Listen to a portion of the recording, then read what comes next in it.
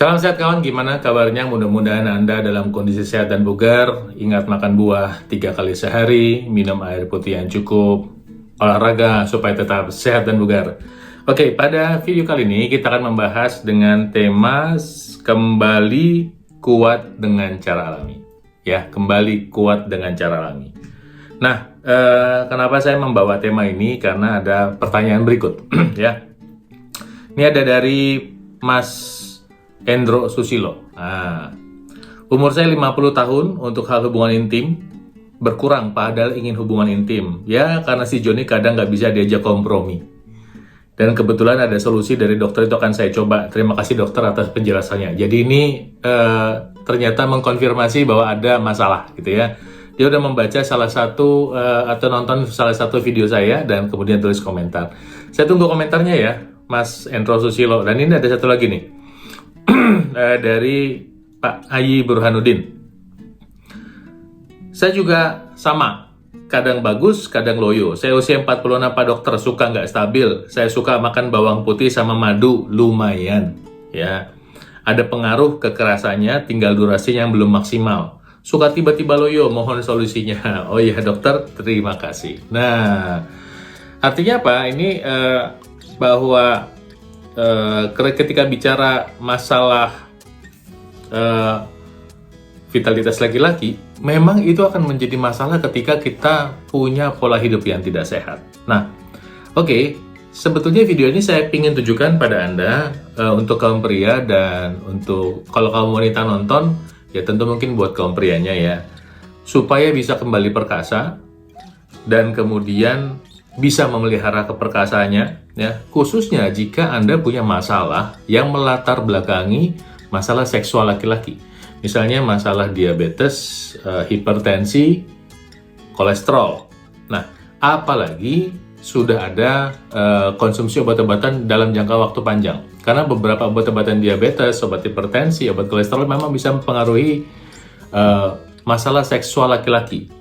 Kemudian juga Anda yang masih merokok ini harus perhatikan, Anda harus simak baik-baik karena Anda harus menghindari rokok ini karena rokok ini bukan hanya masalah seksual tapi memang mengancam nyawa Anda dan seringkali tidak permisi ya, nggak sopan ya. Kalau ketika orang sudah kena serangan jantung atau stroke ya atau gagal ginjal itu nggak sopan sekali, kadang-kadang nggak ada tanda-tanda ya. Juga penting buat Anda yang mengkonsumsi obat-obatan khususnya obat-obat pereda nyeri.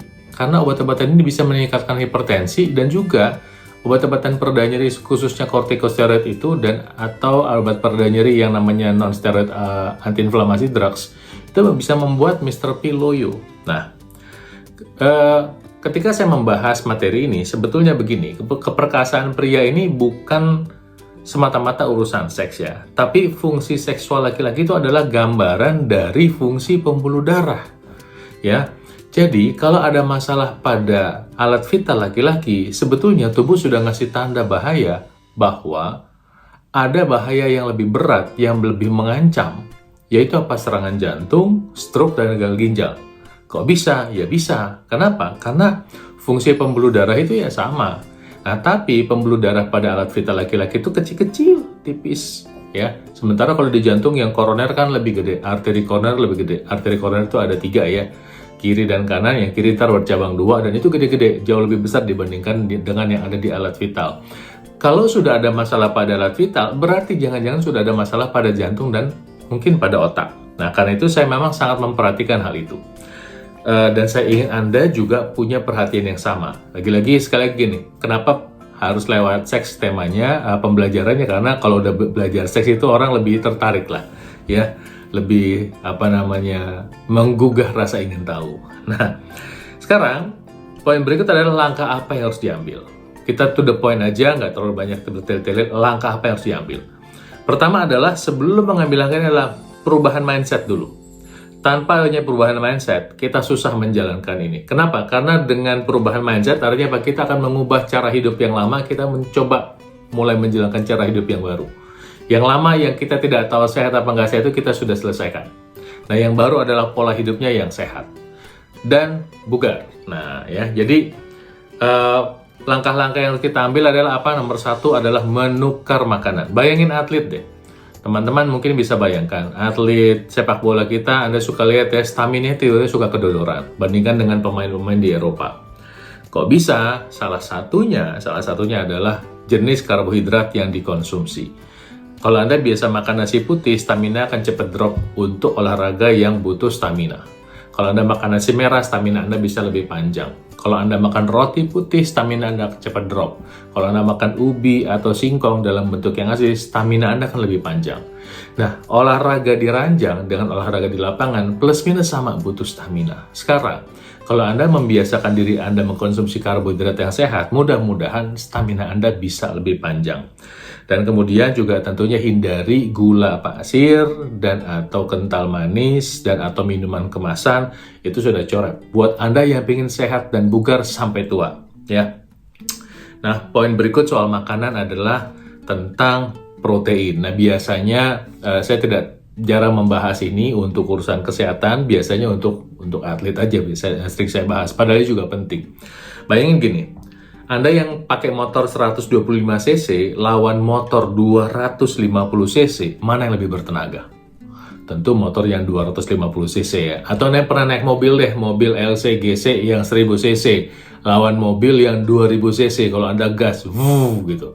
Atau misalnya Anda mau jarak Jakarta Surabaya dengan mobil 1000 cc sama mobil 2000 cc, mana yang lebih nyaman dikendarai? Tentu mobil 2000 cc. Anda naik motor Jakarta Surabaya 125 cc lawan motor 250 cc, mana yang lebih enak? Tentu yang cc-nya gede.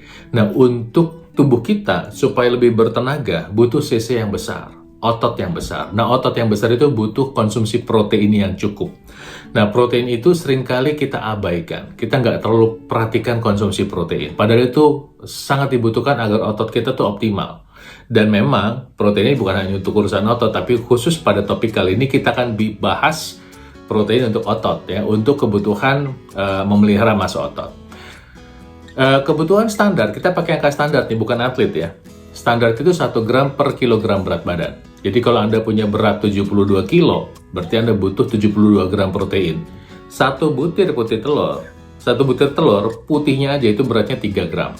Jadi jika kita konversi 72 gram protein ke putih telur aja, berarti 24 butir putih telur per hari.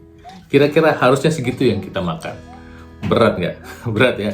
Oke, mungkin nggak usah harus sampai 24 putih telur tiap hari lah. Mungkin mulai dari satu hari 6 putih telur. Anda akan merasakan bedanya. Pagi 2, siang 2, malam 2. Kuningnya satu hari 1 maksimal. Coba Anda rasakan bedanya ketika nanti Anda berolahraga, mengkonsumsi putih telur sebanyak 6 satu hari. Nanti boleh ditingkatkan jadi 8, boleh jadi 10, tapi startnya 6 dulu deh. Ntar Anda rasakan Anda akan lebih bertenaga. Ya. Nah, kemudian untuk kesehatan secara umum, tentu dibutuhkan makan buah. Saya minta Anda makan buah-buahan 3 kali sehari. Dan khusus untuk yang punya masalah diabetes, Anda bisa memilih makan buah apel, atau timun, atau tomat sebelum makan untuk membantu memperlambat kenaikan gula darah. Kalau Anda makan misalnya semangka, kemudian melon, kemudian timun sebelum makan, itu akan membantu supaya tekanan darah Anda tidak naik. Ya. Kemudian untuk stamina seksual, semangka, delima, dan anggur adalah pilihan yang baik untuk membantu agar ereksi bisa menjadi lebih keras. Ya, yang penting makan buah 3 kali sehari. Dok, kalau saya cuma makannya jeruk sama pisang sama pepaya boleh nggak? Boleh, sikat aja. Yang penting basicnya dulu Anda makan buah 3 kali sehari. Nah, kemudian untuk urusan makanan Anda tentu boleh menggunakan produk tambahan ya, sebagai bagian dari pola hidup sehat ya, boleh lah ya Anda mengkonsumsi minuman herbal ya, misalnya Anda minum kopi jahe hitam, Anda meminum kopi merica, Anda minum kopi purwoceng, boleh aja, tapi dengan catatan kalau pakai gula dalam dosis yang kecil, maksimal sekitar 5-6 gram. Kalau sampai 25 gram, ada minuman saset 25 gram, itu kayaknya udah nggak masuk hitungan ya. Kalau gulanya sampai 25 gram sampai 30 gram nggak masuk hitungan ya. Kemudian kalau minuman dengan banyak bahan-bahan sintetisnya, sebaiknya udah nggak masuk hitungan ya. Nah, kemudian pertama makan udah lewat ya. Kedua adalah olahraga. Sehubungan dengan aktivitas seksual yang saya bilang sama dengan aktivitas olahraga. Jadi gini, kalau Anda nggak suka olahraga, jadi jangan harapkan Anda bisa kuat olahraga di ranjang. Selesai. Nah, basicnya apa? Aktivitas kardiovaskular atau aktivitas aerobik saya sarankan ya, Anda berlatih 3-6 minggu. Lah, katanya dokter waktu itu ngomongnya 5-6 hari seminggu. Betul, kalau Anda cuma jalan kaki doang 5-6 hari seminggu. Tapi kalau nanti Anda kombinasikan dengan latihan beban yang sedikit lebih keras, Anda bisa cukup latihan seminggu 3 kali kardiovaskular, misalnya Senin, Rabu, Jumat jalan kaki, Selasa, Kamis, Sabtu latihan beban. Langsung masuk ke poin latihan beban. Latihan beban ini persis sebetulnya harus dilakukan oleh binaragawan, jadi nggak lagi yang basic. Kalau yang basic itu mungkin hanya push up dan squat. Tapi kalau Anda mau optimal, bahkan maksimal, tentu Anda harus latih semua otot di tubuh Anda. Otot dada, bahu, punggung, perut, paha depan, paha belakang, dan betis. Latih semua. Ya. Format latihannya, Anda bisa pilih macam-macam. Anda bisa latihan bodybuilding atau binaraga, powerlifting. Powerlifting itu adalah 3 latihan dasar, squat, bench press, dan deadlift. Dan atau weightlifting, ya, snatch dan clean and jerk, kemudian crossfit, calisthenics, atau Anda kombinasi. Mau nggak mau harus belajar, ya kan? Kalau sama seperti Anda mau pakai handphone, kalau Anda nggak mau belajar menggunakan gadget, ya Anda cuma bisa buat WhatsApp dan ngelihat YouTube aja kan begitu. Tapi kalau Anda pinter, Anda bisa membuat desain dengan artificial intelligence, bahkan bisa buat video dengan handphone. Nah, sekarang dengan tubuh Anda mau belajar lebih banyak nggak? Kalau mau, ayo belajar. Ya.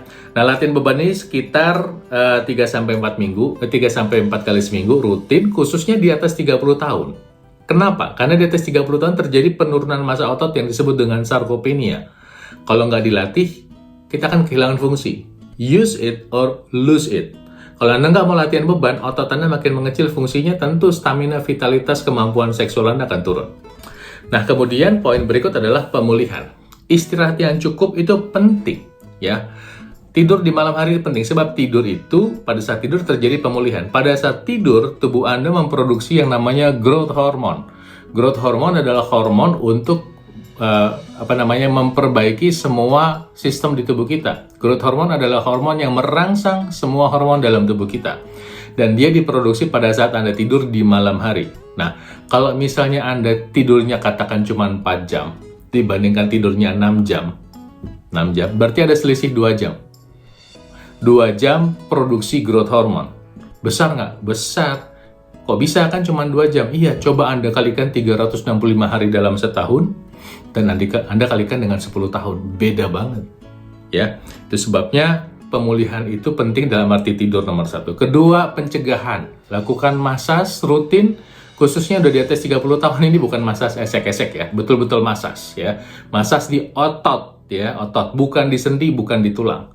Ini akan membantu mencegah spasme. Tapi kalau sudah terlanjur spasme, ada masalah kayak saraf kejepit atau bokongnya nyeri, sakit lutut, kemudian sakit pada telapak kaki, sakit pada bahu, sebaiknya segera diterapi dan jangan hanya mengandalkan obat, karena obat-obatan ini nanti bisa punya konsekuensi jangka panjang termasuk pada urusan seksual. Anda bisa melakukan terapi sport massage atau dry needle atau kombinasi keduanya. Anda bisa hubungi saya nanti kalau Anda membutuhkan terapi ini.